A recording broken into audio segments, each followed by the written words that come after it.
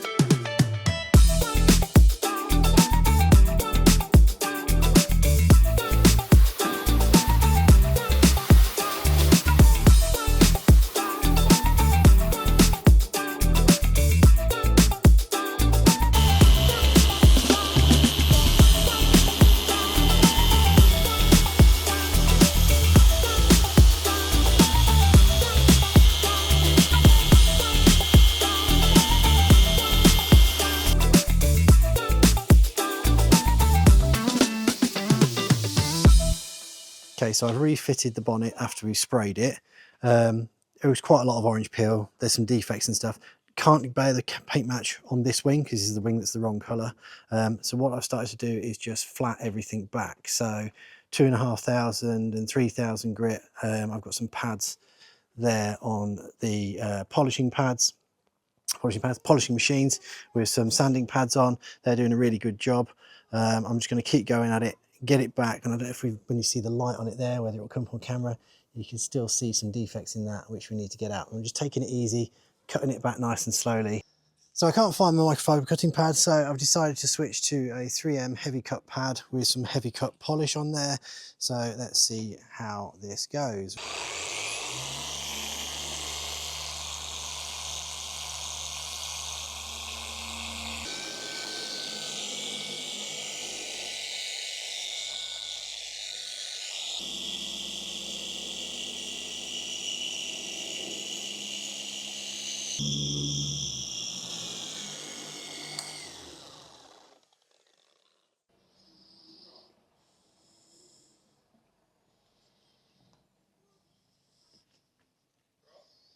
Right, so that's all my cutting polish done, and I've done a quick refine on here just to kind of check the gloss levels, and I'm really happy with that. It's not perfect, there are dents in it, there are still some visible scratches, and the paint finish is not 100% perfect, but we were doing this on a budget to see if we could spray parts of the car without having to pay hundreds of pounds at a body shop. In this angle, I know that colour match isn't perfect, and don't get me wrong, it's not, but when you actually compare it and you come round, it's not that far off. I'd say it's probably just a slight shade lighter. Now we can't compare it against this wing because obviously if you haven't seen in previous episode, this wing is like completely the wrong colour. But if we kind of move around the panel and you look between there and there, they are very, very close. So I am very happy with that. Several days later. Okay, so it's been about a week. Next step is to get the wheel arch liner reinstalled and all the trim bits into the wing.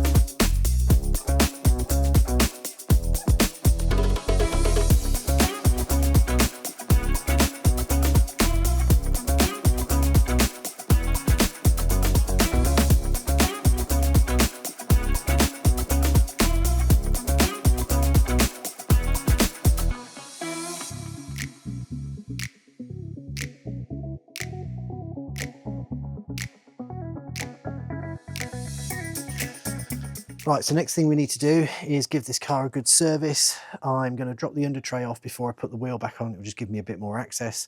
And then we're going to do spark plugs filter, cabin filter, and most importantly, the oil. The coolant is still the original coolant because we didn't have to drop it out the radiator. So that is still a nice colour and that's at the right temperature, the right height. The last time this car was serviced was about 67,000, 68,000, and it's just over 75 now. I may put a correction up there in a minute, but I think it would be a good time to give this a service before it goes for its MOT.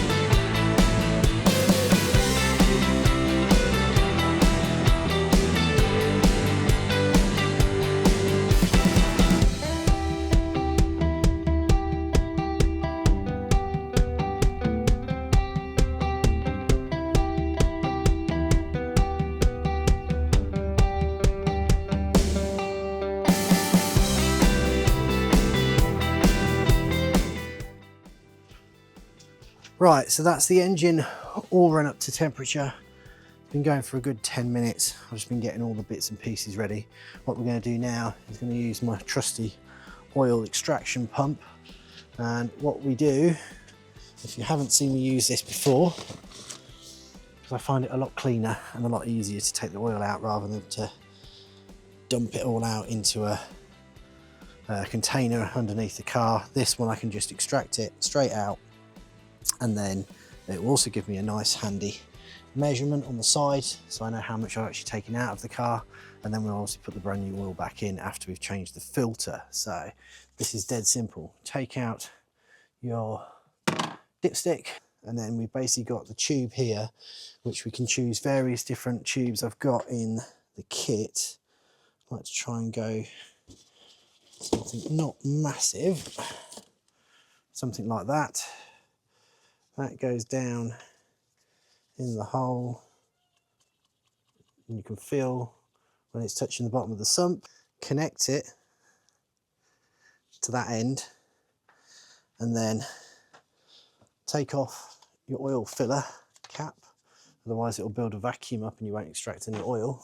I learned that the first time I used it because I ain't got a clue.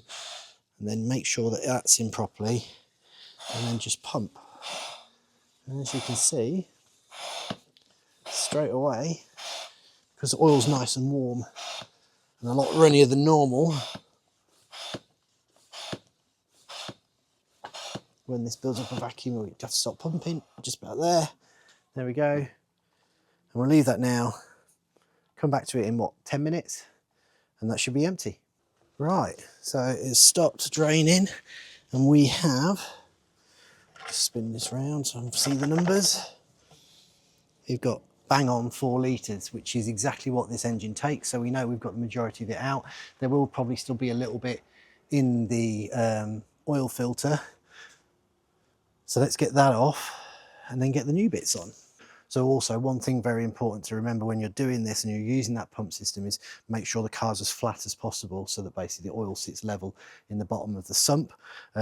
This is already still on the jack because the wheel's still off, but I just lowered it very slightly. So I'm now going to raise it back up so I can get access to that filter. I bought a new tool, which I have already used in another video, but you'll get to see about that series in a week or so's time. So yeah, so I've already used this tool once on another vehicle, got it off Timo. So basically it clamps over the end of the oil filter, and then when you make the counterclockwise motion, it clamps down and makes it easier to remove. So hopefully it's going to work on this one the same. There we go.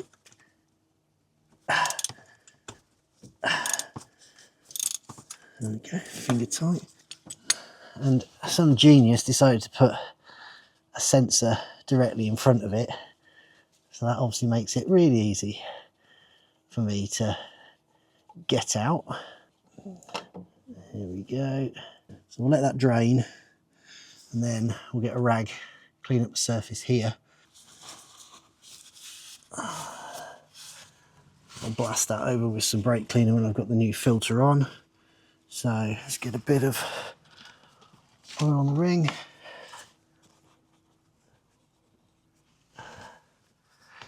So this is our new one. Get some oil on there. A little bit on the thread.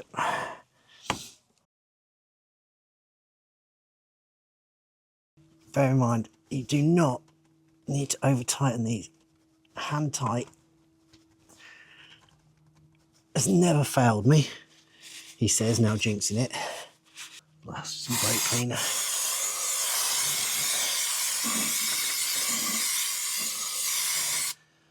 There we go. Lovely job. Let's get some oil in it. So we want 4 litres in here.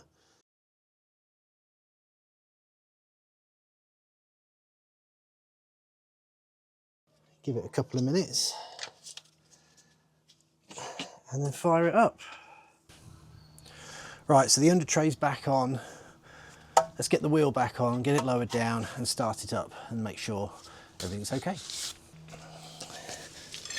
Now, I'm not going to torque up the wheels for a very good reason. That when I bought this car, I said I was quite impressed with the fact it had Michelin tyres on all 4 corners. Unfortunately, the ones on the rear are now starting to perish and the ones on the front are down to the wear marks. So I'm just going to nip these up because I've booked a mobile tyre fitter for early next week to come and replace all 4. And at least that way I know when it goes to MOT, it's got the strongest chance of going through. Because at the moment, I think with how the rears are, I think it will probably be either an advisory or a fail due to the fact that they're quite perished. In fact, I'll tell you what, I'll show you. Just spin you around. Spin around, thank you. So yeah, if you see here on the wall, it's got quite nasty cracking, and if you do that, you can see you've got separation there, which is not good. So even though this has got relatively good tread on it, it's not quite down to the wear mark yet. I think it makes it more sensible, and not to mention more safe due to the fact my children will be sat in this car, to get all 4 done at the same time. Will cost me a little bit, but got to do what's right. So with all the service items done, we now need to reset that service indicator, and I want to do a last diagnostic check just to make sure there's no errors left on the car prior to it going for its MOT. And that brings us to today's sponsor, Carly. Carly offers dealership level diagnostic for you to use at home in a user-friendly, easy manner, as well as unlocking hidden features that you may not have been aware of, and most interestingly, gives you the ability to customize settings in the car you might not have access to from standard. So let's dive into this little scanner, get it plugged in and see what it can do. And it really is very tiny and lightweight. So with the device connected to the car, it's literally a case of just opening up the Carly app, and we're going to hit connect. Universal scanner. Okay, so with that connected, let's dive into some diagnostics and we'll check for any issues.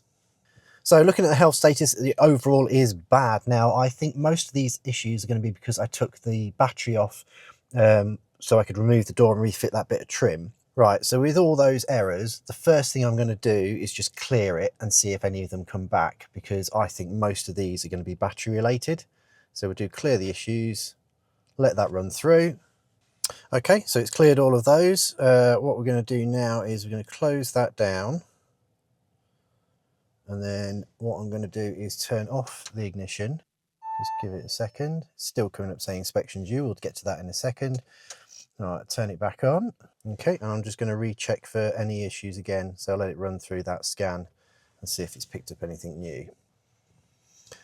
Okay, so it's completed its second scan and it's come back with 4 issues. So let's have a look, see what's going on here. Ah, right, that would make sense. So the air conditioning one, if you remember way earlier in the series, I had to remove the aircon rad, so I had to have that drained. I have got a kit, that's just reminding me that I haven't done that job, so that's probably a good thing. So I need to regas the aircon, so we'll do that after this part of the video. What's it saying? Instrument cluster. It's got no base setting on the instrument cluster, that's interesting. Okay, well, I'll have a look into that a bit later. And then we've got 2 on the CAN gateway. So it's still picking up a crash shutdown. Okay, so that's bringing me to some YouTube videos, which is quite handy. So I will jump into that later and have a look. So we're going to leave those errors there, but a lot better than it was. Now let's go into some of the other bits and pieces that we can do. So coding. I really want to have a look at this coding and see what features we can do. Okay, so we're in the coding function now, and one thing that I think looks quite cool, on a lot of the cars you get like a needle sweep when you first get in and turn the ignition on. So let's go into the current coding.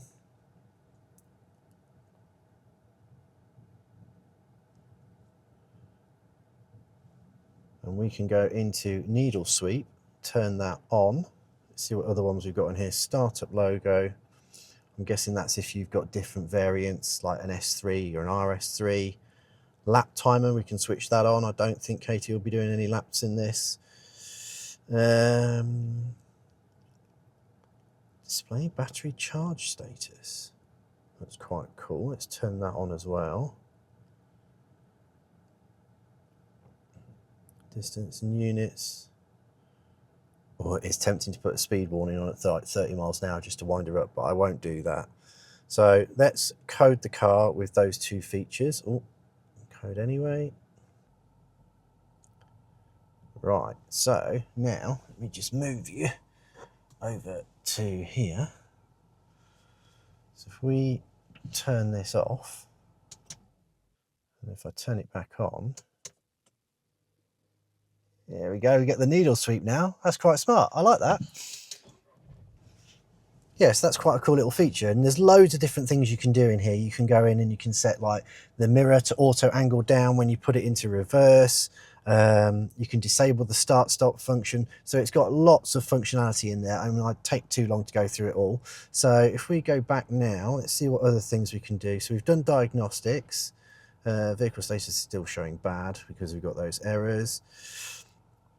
Let's have a look and see. Oh, here we go, features, that's what I was looking for. So let's do a used car check. and see if this has had any mileage adjustments. So we'll see what it says. So what this is going to do, it's going to scan through all the different modules, because various different modules store various different amounts of data on the mileage of the car. So in some cases, if your car has been clocked, it might show one mileage on the display on the instrument cluster, but when you run a scan and it looks at all the different modules, it might come back and basically say, oh, actually, they changed the instrument cluster and updated the mileage on that, but they didn't recode another module. So let's have a look and see what it comes back with. So that's good. No tampering, please check details. Excellent, that's really good. So let's go back, and now we need to do, oh look, you can even enable video in motion. So we want to do maintenance and read the service data. Okay, so we've done the vehicle check, so we can mark that as done. And oil service, we've done that as well. And that should clear our service indicator on the dash. We'll just double check that in a minute.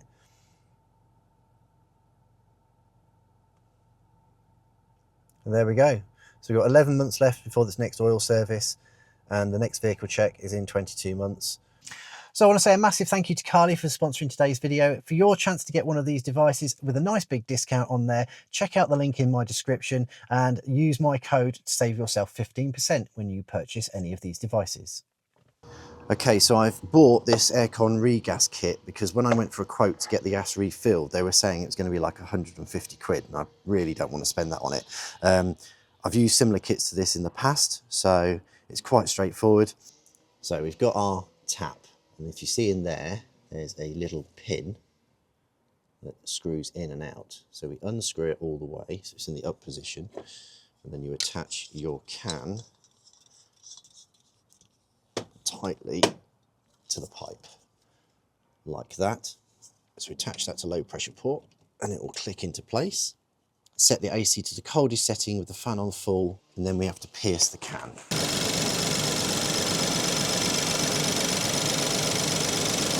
So yeah, that's the aircon all fixed, fully gassed, and now we're ready for the MOT. Okay, so we've made it to the MOT. There was only one slight hiccup on the drive over here, and that was the tyre pressure monitoring system came up with a fault, but I just needed to reset the tyre pressures after we'd had those new tyres fitted. So let's drop it off and see what the outcome is. So I've just got back from MOT, and I can say we've passed with only one minor advisory, which was basically the rear brake discs are a bit pitted or scored, but I did take the car on a slightly longer journey on the way there to try and clear them off because there was quite a lot of rust there from it being sat for so long on the drive. I'm really made up. I'm so happy this has all come together. The car's all done. I think the only thing to do now is give it a good clean, and then I'll do a quick cinematic of the completed work. There we go, not perfect, just a quick wipe down. Obviously I got a new set of mats. A little bit disappointed with those because I ordered tailored mats and they don't fit very well, so I'll definitely be messaging the person that made them for me and just querying that, because the front one, that's okay. When you come to the back, they're like all pushed up. See, they don't go down, and they weren't cheap. I think I went for the premium set. It was like 60 quid, so not happy at all with that. Oh, look, missed a bit.